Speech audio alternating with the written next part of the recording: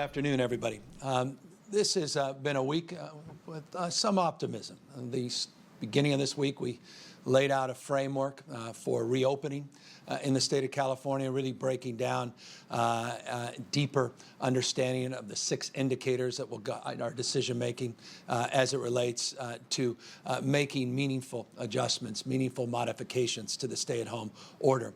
Been working with our local partners all throughout the state of California, local health directors, local elected officials, but also local sector leaders. What I mean by that is we begin to consider these modifications over the next few weeks as it relates to expanding the definition of essential, beginning to expand the opportunities for more retail in the state of California, more manufacturing of non-essential goods, consider the opportunity to open up spaces all across the state that have otherwise been closed. We've been breaking those conversations down, working with our economic and recovery advisors, and also working sector by sector to understand the unique challenges, unique characteristics of businesses large and small all throughout the state of California. We had wonderful conversations yesterday with elected officials, federal representatives, Democrats, Republicans from all across the state of California. Had very spirited conversations around regionalism, variances, everybody making the point each and every part of the state is distinctive in some respects from other parts of the state, and we need to be considerate to all of the work we do here in Sacramento, not from the frame top down, but truly bottom up, community by community, region by region, but all working for the greater good in the state of California. So we are moving along very swiftly.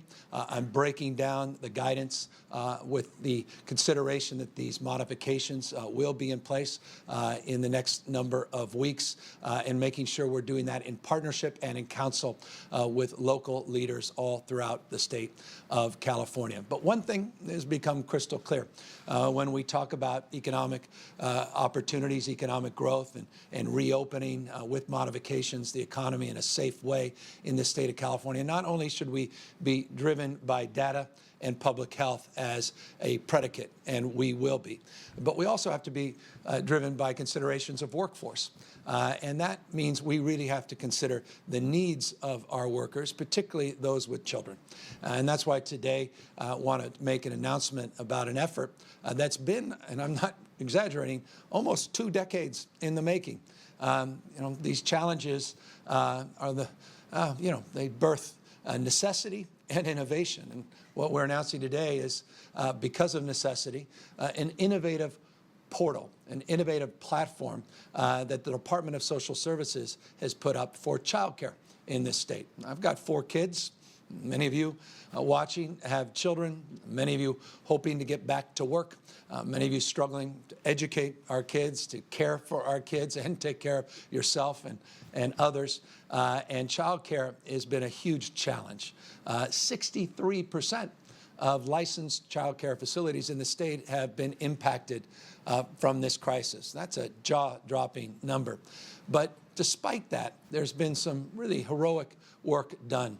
Working in partnership with our hospital system up and down the state, we were able to partner with them, partner with others to put 432 pop-up child care facilities very strategically placed all throughout the state of California.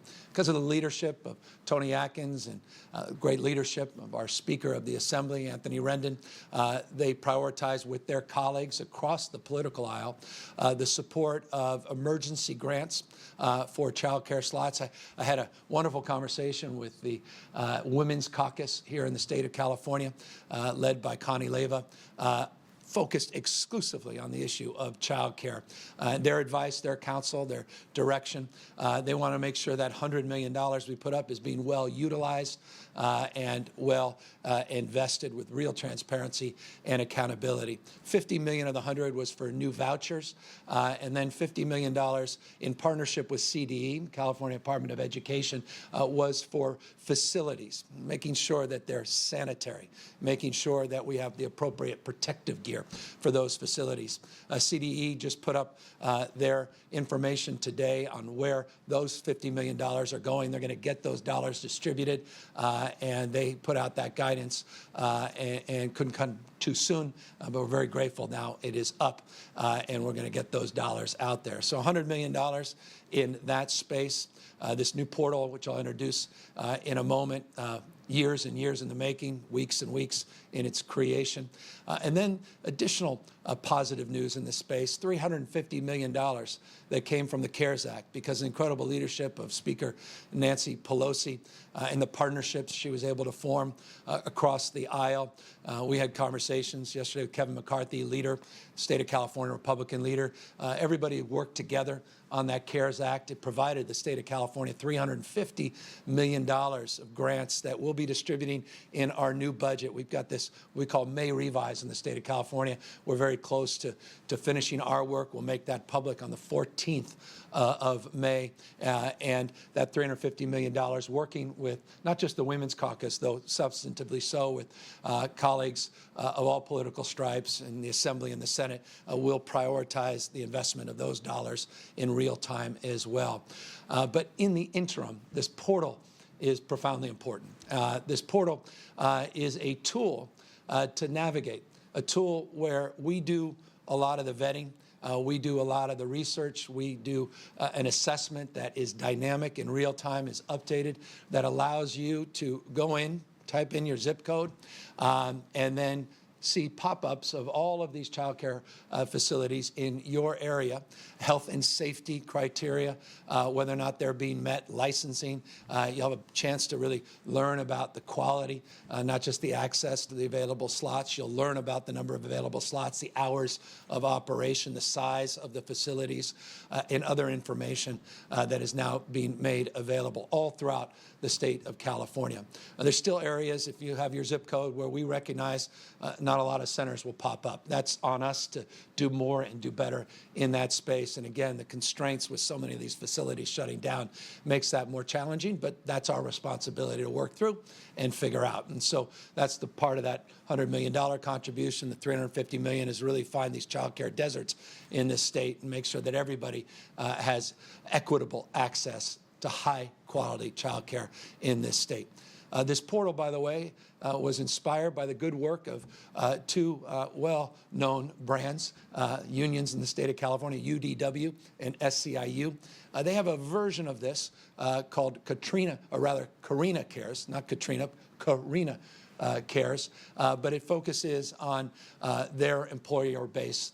There's some registration requirements and other requirements that separate what we're doing from what they're doing. But I just want to acknowledge the incredible effort they put in place some time back that became the inspiration for this broader effort now made available to all members of the public.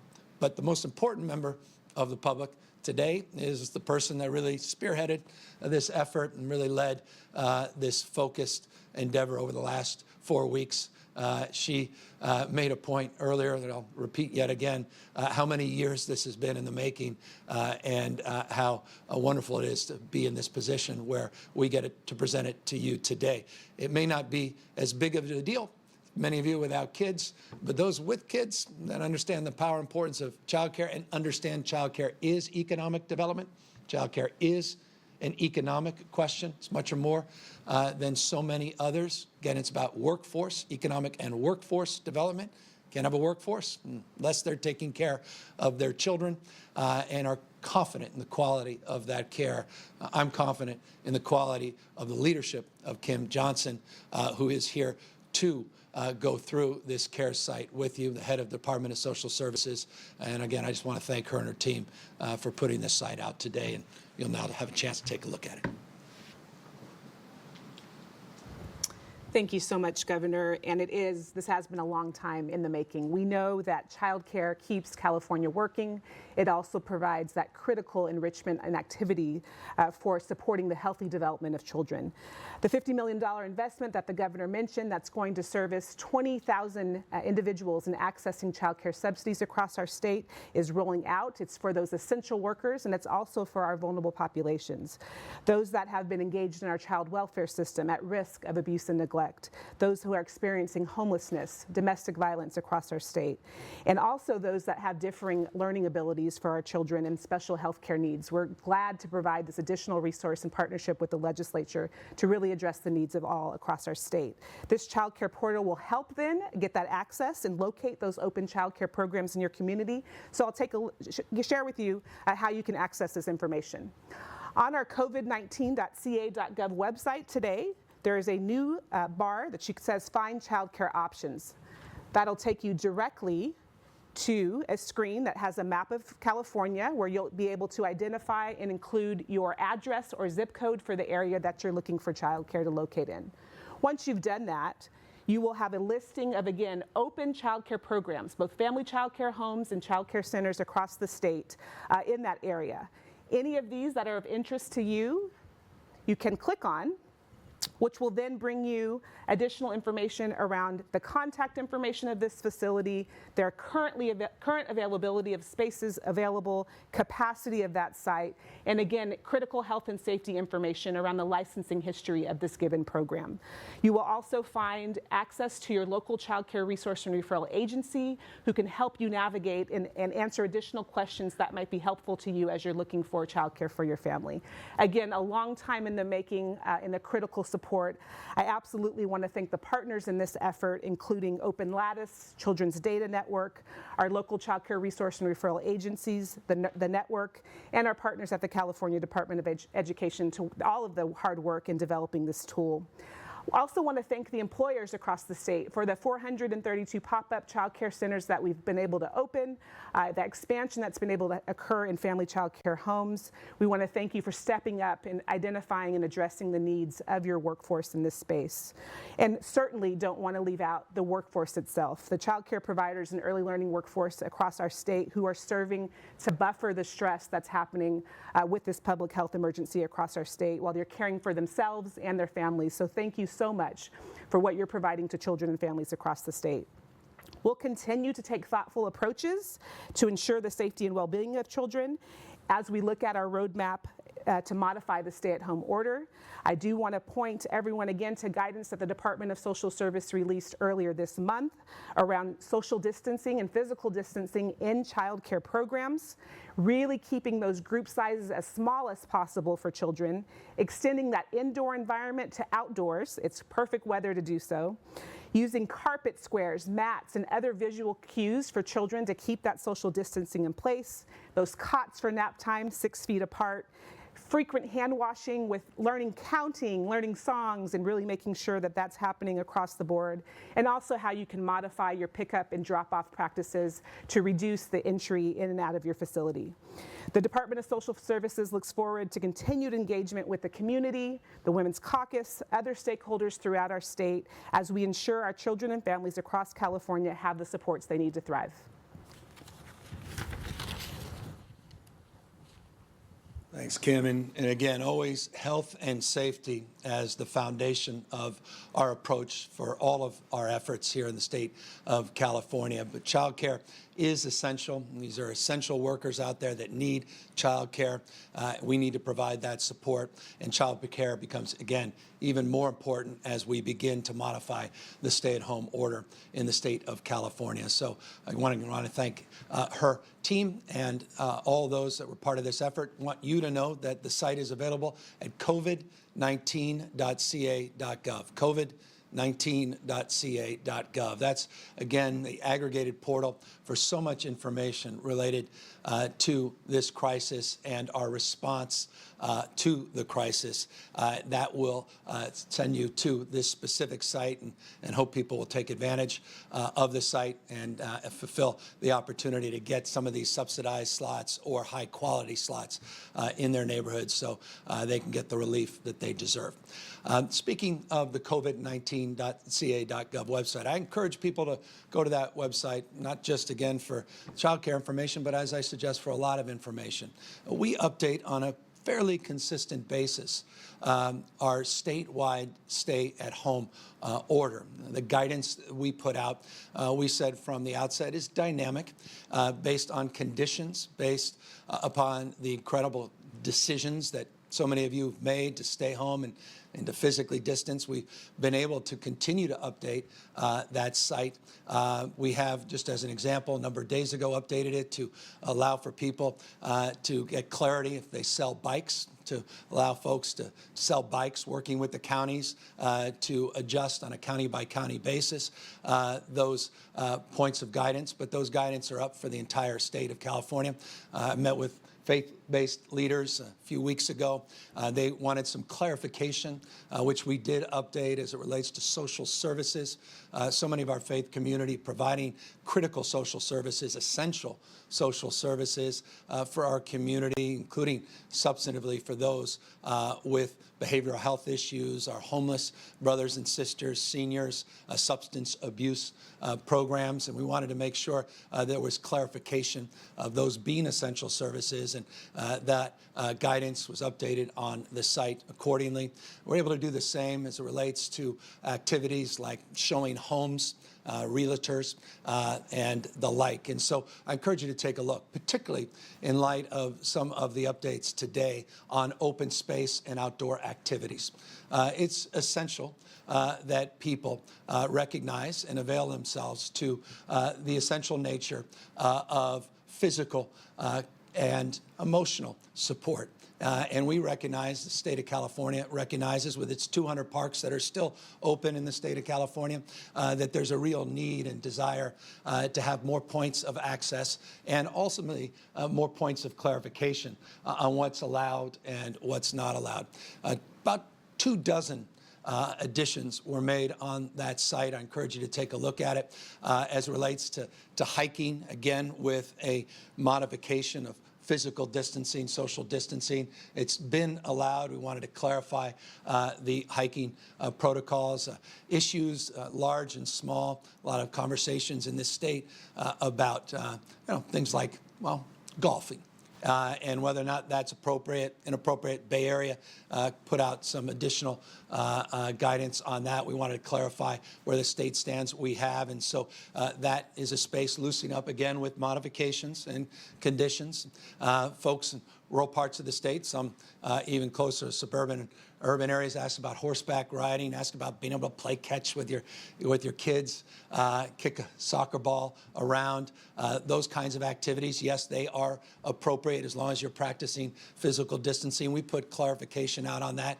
Tennis, we have guidance on tennis as an activity, an outdoor activity, which we encourage, again, as long as you practice physical distancing. Want you to see sunsets, and we want you to enjoy, again, activities outdoors.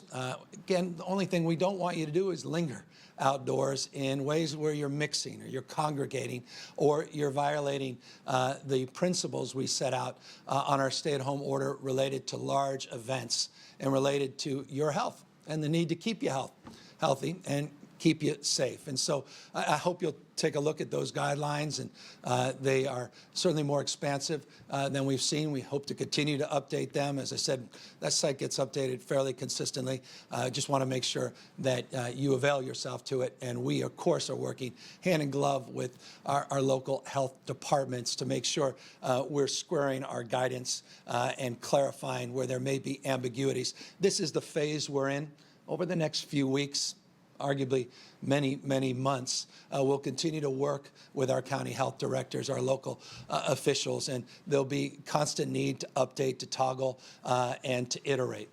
And to that end, that's what we need to do as it relates to what we saw in the activity last Saturday in particular, and Sunday to some degree on a couple of our beaches in the state of California. As I've said from day one, one has to be open to argument, interested in evidence. We can't be driven by ideology. We have to be driven by the spread of this disease. I'm going to announce in a moment the number of people lost their lives, getting close to record numbers yesterday. The fact that we saw a 5.2% increase in the number of new positive cases in the state. And saw modest increases in hospitalizations, ICUs. I'll update those numbers in a moment. It's just another reminder. This disease has not gone away. A few people reached out to me, said, oh, no, it will. Just need a little sunlight. and it's going to be solved. There's a sense that people are spreading that around, and somehow that it's a disinfectant itself. We are hopeful there may be a seasonality to COVID-19, but the reality is, even in countries like Singapore, they had a big setback. They opened up too early, had a big setback, had to close down. They, I think, had roughly 1,400 cases in one calendar day just in a city, nation state of Singapore because they may have moved too quickly to open things back up. It's a way of long-windedly making this point. We're guided by health. We're guided by your health and the health of others. And I want everybody to know no one's invincible. And some of us are more vulnerable. Seniors, people with compromised immune system. Doesn't matter your time of life. If you have a compromised immune system, you could be much younger, feel healthier, but you could put yourself at risk or your loved ones at risk. You may be asymptomatic, feel fabulous, actually may have just been tested and been positive without knowing. A few days later, after your negative test, you may have contracted the disease, be asymptomatic, and now spreading it to your loved ones back into the community. And so that's why we really are sincere about our desire to keep you safe and to monitor and to meet the conditions as they change.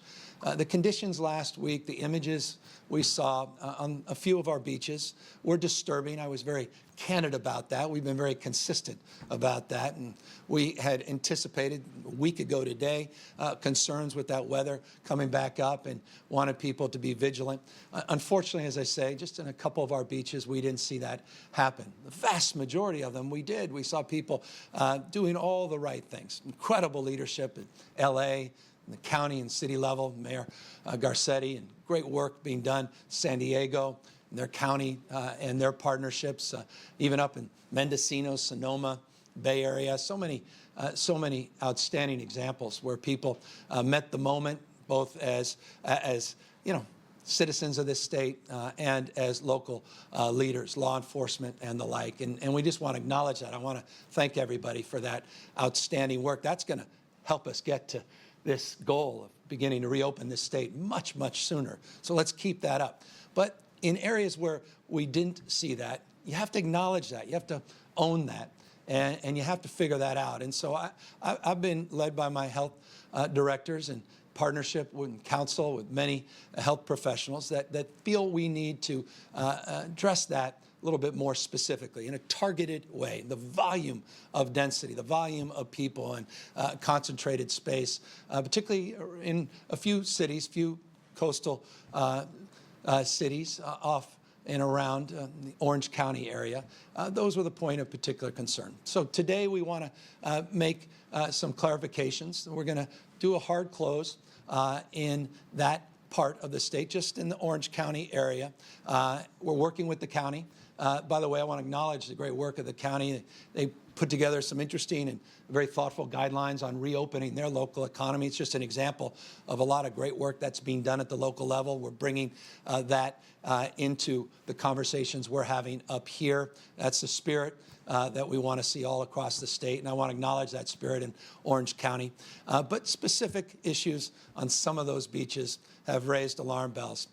People that are congregating there that weren't practicing physical distancing, that may go back to their community outside of Orange County and may not even know that they contracted the disease, and now they put other people at risk, put our hospital system at risk, and the like. I'll just remind you, L.A. County, these are large counties, but L.A. County, San Diego County, Orange County, those are 3 of the 4 largest areas of concern in this state as it relates to total number of people that have tested positive and the total number of people that have been hospitalized. So Orange County's been on our list of health concern, and we've done a wonderful job down there. I just think we can tighten that up a little bit. And so we're going to have a temporary pause on the beaches down there, state and local beaches. We want to work very closely with local elected officials, and we're committed to doing that. And if we can get some framework and guidelines to get this right, we can reopen very, very quickly. But we gotta make sure we can get this right. Why undo all the great progress? Let's move this state forward together.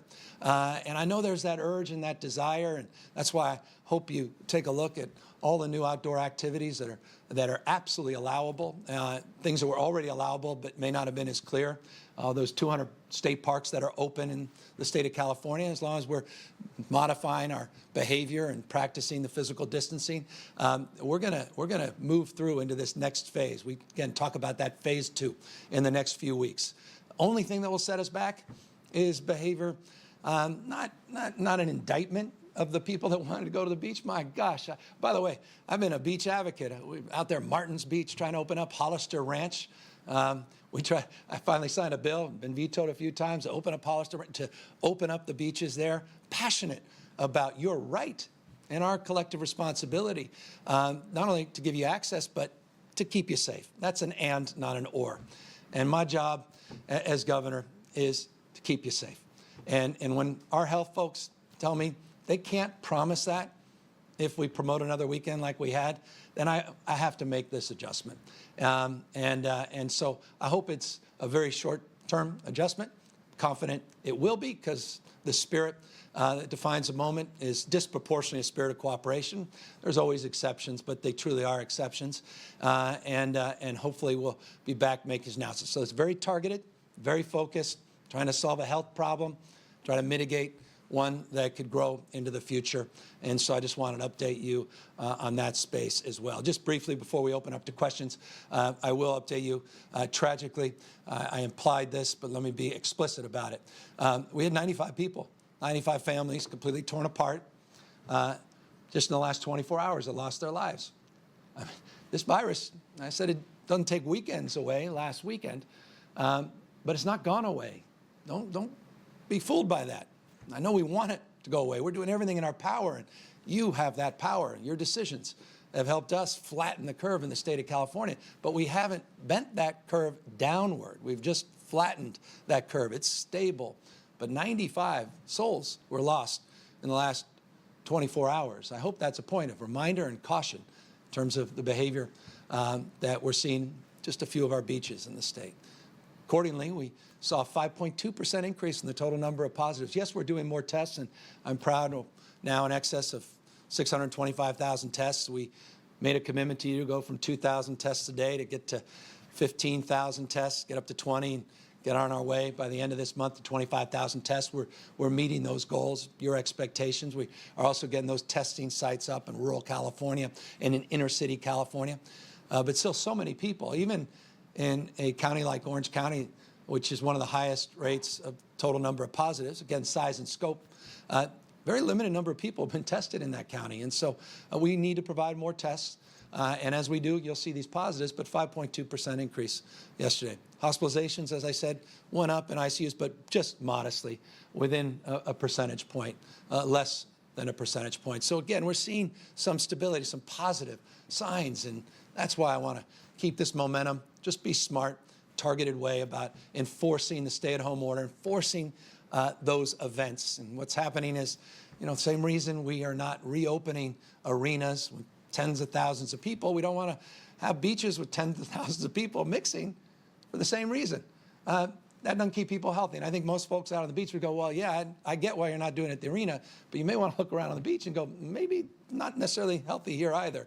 I know it's outdoors, and I know all those distinctions, but let's be guided by common sense and by these public health officials that have done such an outstanding job guiding us through this pandemic so far. We're getting close, a lot more work to do, but I just wanted to thank all of you for everything you have done. And if we can just hold the line, we're going to get through this, and I remain incredibly optimistic about getting through it much more strongly than we got into it. So thank you for your patience and your indulgence, and giving me the opportunity to make those announcements, little updates here today. And of course, now we're happy to take any questions. Alexi Kosip, SF Chronicle. Hi, Governor. Now that we are, about a week out from those massive crowds that you saw in Orange County, are there any outbreaks of cases, hospitalizations, anything like that that you've seen that would indicate there's been a health impact of those crowds on the beaches last weekend that necessitated you to take this step? Well, I'll leave that. It's been it's been 4 days, so it may be premature to judge on the basis. Remember, it's Thursday, and this is through the weekend. And again, I maintain that we have to do a lot more on community surveillance. That's the predicate of moving from phase 2 to phase 3 and expanding the portfolio of essential, non-essential services. And we're still just not there yet. But look, we continue to monitor those numbers, update them in real time. What is consistent and of concern is that county in particular is still in the top 3 or 4 counties in terms of hospitalizations, in terms of number of positives, and we'll monitor that over the next number of days to see if there's spread. But again, it wasn't just folks from that county who went to the beach, folks from all over. So it's difficult to isolate that unless you geopin every single individual and where they go back, and therein lies our concern. Therein lies the challenge. Therein lies why the public health directors want to focus on identifying a problem and solving it before that problem spreads all throughout the state of California, ways that are more difficult to know in real time without statewide community surveillance, which we'll get to, but aren't here yet. Phil Willen, LA Times. Public health directors. Hi, Governor. How you doing? I'm all right. Identifying a problem. One sec. With a problem. I just had a quick question. I'm sure you saw reports that you were considering closures statewide of beaches. I understand you met and talked with some local government officials. I want to find out kind of what changed your mind. I mean, you hinted yesterday that you were talking to the Coastal Commission, state lands about advice. So what kind of made you kind of pull back? Oh, we never did. This is exactly the conversations we were having. So, no, this is consistent with what I've been saying, and I appreciate you acknowledging what we were saying yesterday, I think Monday, last Thursday, Friday. So we've been very consistent, and we've been engaging in those conversations, CSAC, League of Cities, mayors up and down the coast, all across the state, elected officials, but more important than anything else, health officials, guided by their determination, their decision-making. So we've been consistent. This is the announcement and the directive, and I can't square what others may have said, but this is what we've said. David Baker, Bloomberg News. Governor, we've seen some motion in Modoc County to possibly allow some businesses to reopen tomorrow, as long as they follow some county-specific guidelines. Is this something that the state is, A, aware of, B, are you okay with this, or are you going to challenge it somehow? Yeah, I don't know the details of it. I am aware, not only Modoc, but other parts of the state. We have received letters. You have written about San Luis Obispo area and folks in other parts of the state of California. There's been legislative efforts by local city councils and boards of supervisors of what things will look like. But remember, what we're all connected to is each other and the health care, which is driven by local health directors and their determination of what's appropriate, what's not, that is guided by the statewide stay-at-home order. And that is the stay-at-home overlays all the orders in the state. You can go further and be more prescriptive and restrictive, but when you loosen up and you loosen beyond the California, then it's in conflict, and therein becomes the challenge. But here's the good news. I've been crystal clear, not just today, but all week, that we have the opportunity to move into this next phase, which I think is in the spirit of that community and other communities, very soon, the next few weeks, in the outset. And I think we can do that. The only thing that will set us back is behavior that's not conducive with those guidelines that are currently in place, and a spread of this virus. That will ultimately make the decision, not a report or not a resolution. But look, I'm confident that we'll get there together. And just know this, let me just make this as crystal clear as possible. Nothing would please me more than pleasing those local elected officials and to help them, help all of us move through this pandemic. But we're not out of the woods. No part of the state, no part of this country, a few parts of the globe have been immune from this virus. And I'll just remind people, look what happened in Japan. Look what happened in Singapore. Look what happened in China. When you pull back too quickly, you literally put people's lives at risk. People are literally dying because of decisions that were done without a real frame of focus on public health first. And so that's what ultimately guide our decisions. Kathleen Renane, AP.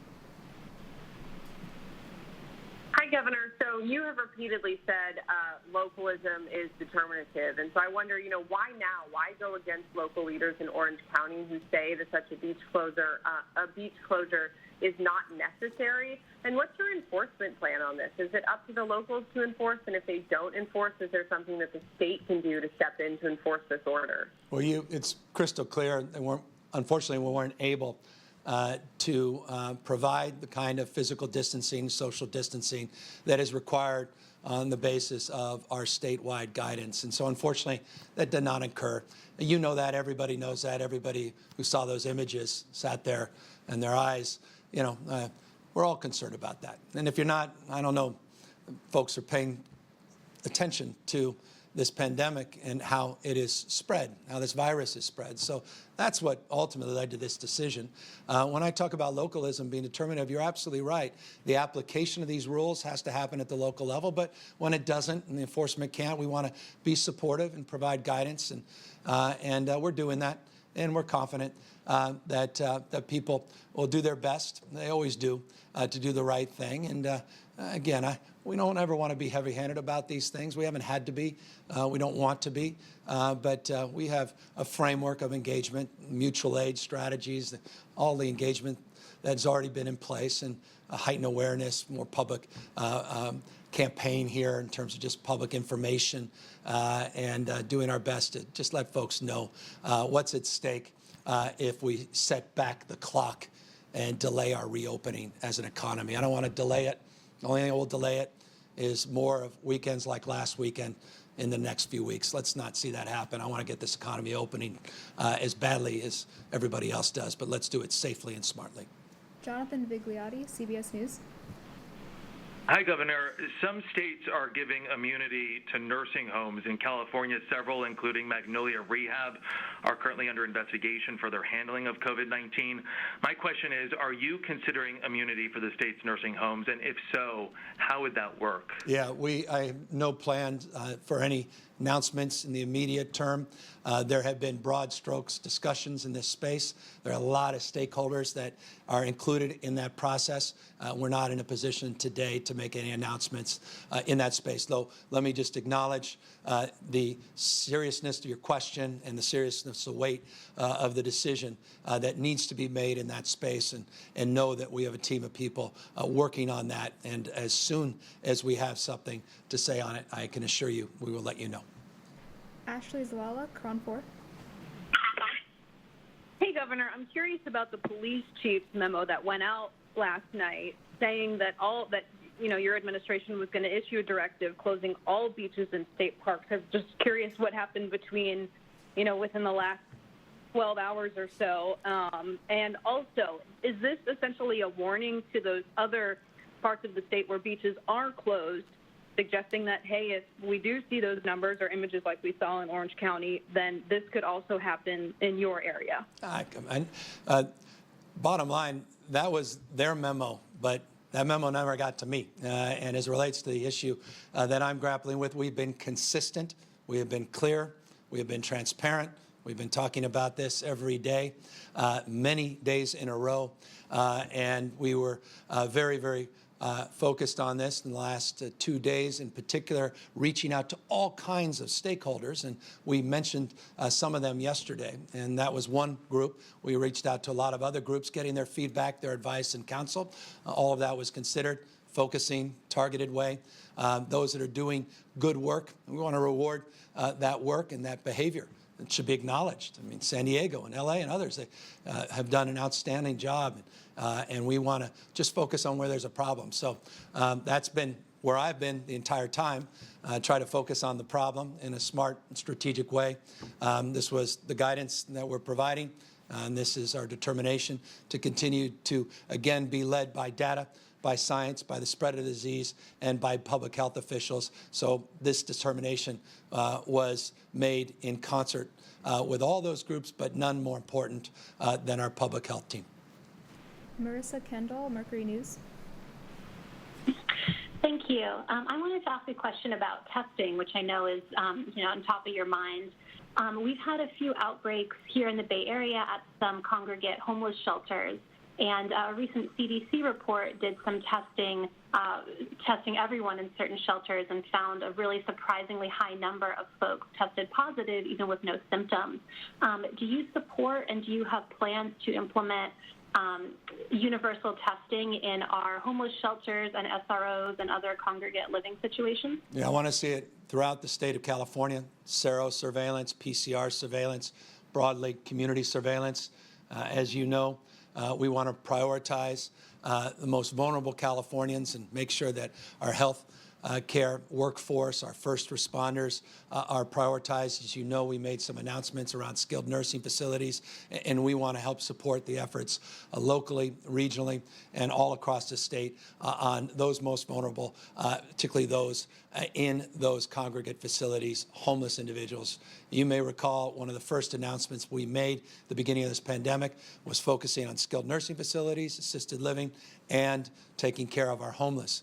It's important to note we have 12,647 isolation rooms, hotel rooms, for our homeless that the state of California has acquired, 12,647 in partnership with cities and counties through Project Room Key alone, just one of many things happening in this space to help isolate individuals that not only have been tested positive, but that have been exposed when there has been a positive test, and to make sure we can isolate those individuals and protect them. So this is absolutely a top priority, and even with the limited scope of testing, as we look backwards, we've still been doing more in this space regardless to make sure that we're securing the needs of our vulnerable populations in our shelters and in these congregate living facilities or congregate settings in these broader facilities for our homeless. But good news remains, we're seeing a substantial increase of testing on a weekly basis, and we're going to broaden that access and, again, provide just not testing episodically, this is a really important point, but to provide consistency of testing. I made a comment, and hope a few of you heard it. You may be tested negative, and then you rush outside, hey, I'm fine, and then you want to start hanging out with all your friends, and then 2 days later, you may get another test, and find out you're positive. So we want to be able to give people some confidence, some assurance that they're not, even though they may not have symptoms or they had been recently tested and feel fine, to make sure that they have access to testing on a consistent basis. And you may know California is the first to lift the testing requirements and broaden whom we're testing, including those asymptomatic people, but we've always focused on these vulnerable populations, and with more testing, we'll be able to do a lot more in that space. Final question, Josh Jamerson, Wall Street Journal. Hi, Governor. Tesla CEO Elon Musk yesterday on an earnings call described the state's stay-at-home orders as fascist and said that it would offer a serious risk to his company. Do you have a response to that? Good people can disagree. We've been guided by science, data, facts, not on the ground here in the state of California, across this country, but guided by the prevalence of this disease around the rest of the world. Guided not just by headlines and trend lines, but by real data, real evidence in China and Asia broadly, Italy, Spain, other parts of the globe, learning about this pandemic, learning about the epidemiology, learning about its virulence, learning about therapeutics in real time and partnerships here in the state of California with Gilead, a California-based company, and all the work we're doing to understand the nature of this disease. Our public health officials have guided the decision-making as it relates to the stay-at-home order. California was the first state to move forward with the stay-at-home order. We have not experienced to date the kind of increase in the prevalence of the disease and the spread of the disease and number of people hospitalized and dead.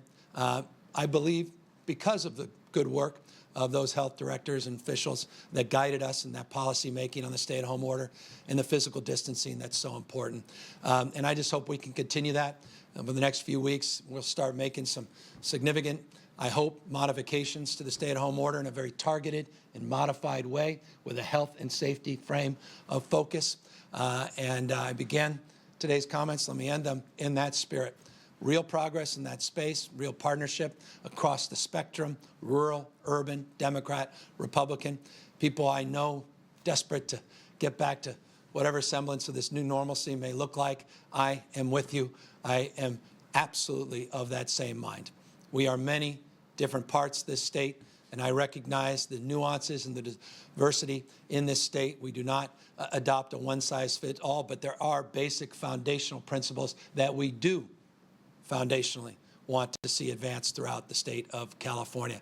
But no, in real time, we're working with health directors and health departments, getting their guidance, getting their input. You saw the modifications in the Bay Area. I think that was some very positive news for most folks, not only in Northern California, but all across the state, because I think you'll be seeing similar things. But we got to do it strategically, thoughtfully, health focused first, and in the interim, working to make sure that we can hit the ground running with these modifications for manufacturers, for retailers, hospitality industry, and again, remind people, a couple hundred parks in this state that have been open, remain open. Just be thoughtful, be judicious in how you utilize these extraordinary assets.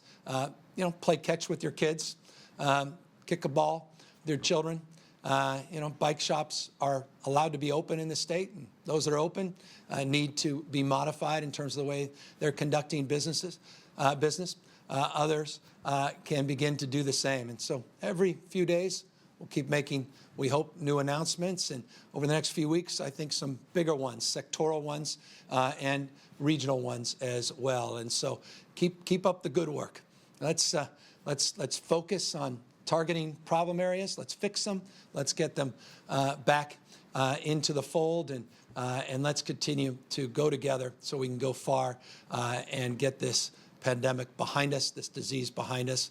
And always, let me just remind you, you can continue to participate in that endeavor by not only practicing social distancing and physical distancing and abiding by local and state guidance, but by potentially contributing your time and your attention to causes near and dear to you and communities near and dear to you all around the state. CaliforniansForAll.ca.gov website. CaliforniansForAll.ca.gov website's a wonderful portal to match your passion with action and help contribute to meet the needs of those most vulnerable and get this state ready and prepared for our comeback. Take care, everybody. Stay healthy.